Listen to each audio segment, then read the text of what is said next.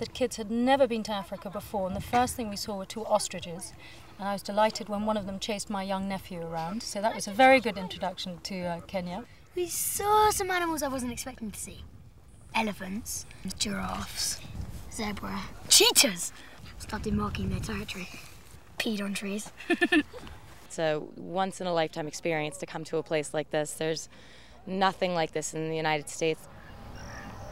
We say a big welcome. All the Kenyan people that we've met have been incredibly welcoming and really friendly. And I would say that there has been no hint of problem at all. It's been an amazing vacation, amazing experience, and there has been no fear factor. Straight from the tourists' mouths, this is Kenya 2008. The parks are open and visitors are streaming back to the most exciting safaris in Africa. Earlier this year, Kenya had a problem. There was a dispute over the election and all that. But Kenya never strayed from the democratic path. The Kenyan people themselves worked it out with some help from us. And as a result, Kenya's emerging with stronger democratic institutions. In point of fact, during the post-election turmoil, Kenya's dozens of game parks were untouched by the troubles and no tourist was affected. And now Kenya is a nation completely at peace. It did not happen in all of Kenya. And in the areas where tourists go, there was no problem, absolutely no problem.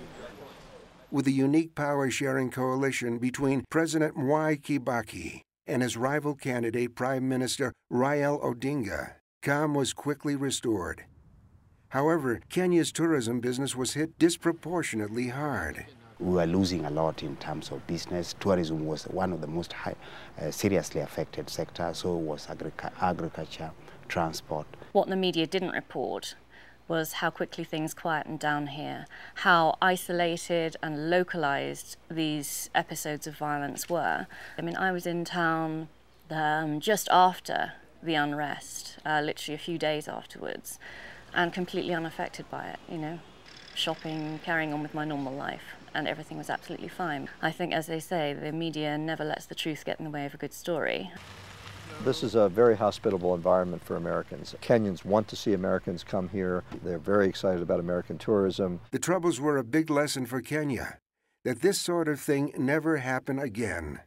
And according to the professionals who live here and the tourists who are just visiting, Kenya's long-standing reputation as an oasis of peace and stability is undeniable. It's as safe as it ever was before, and Kenya is as beautiful as it was before.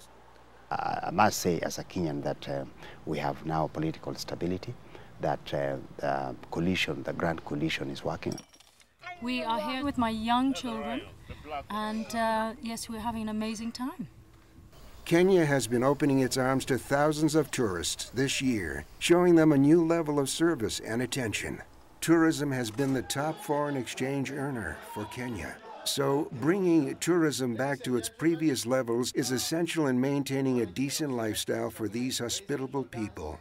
On behalf of the local community, Kenya is a dynamic country.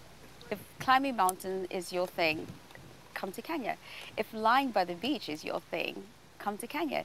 If going on safari is your thing, come to Kenya. If dining out is your thing, come to Kenya.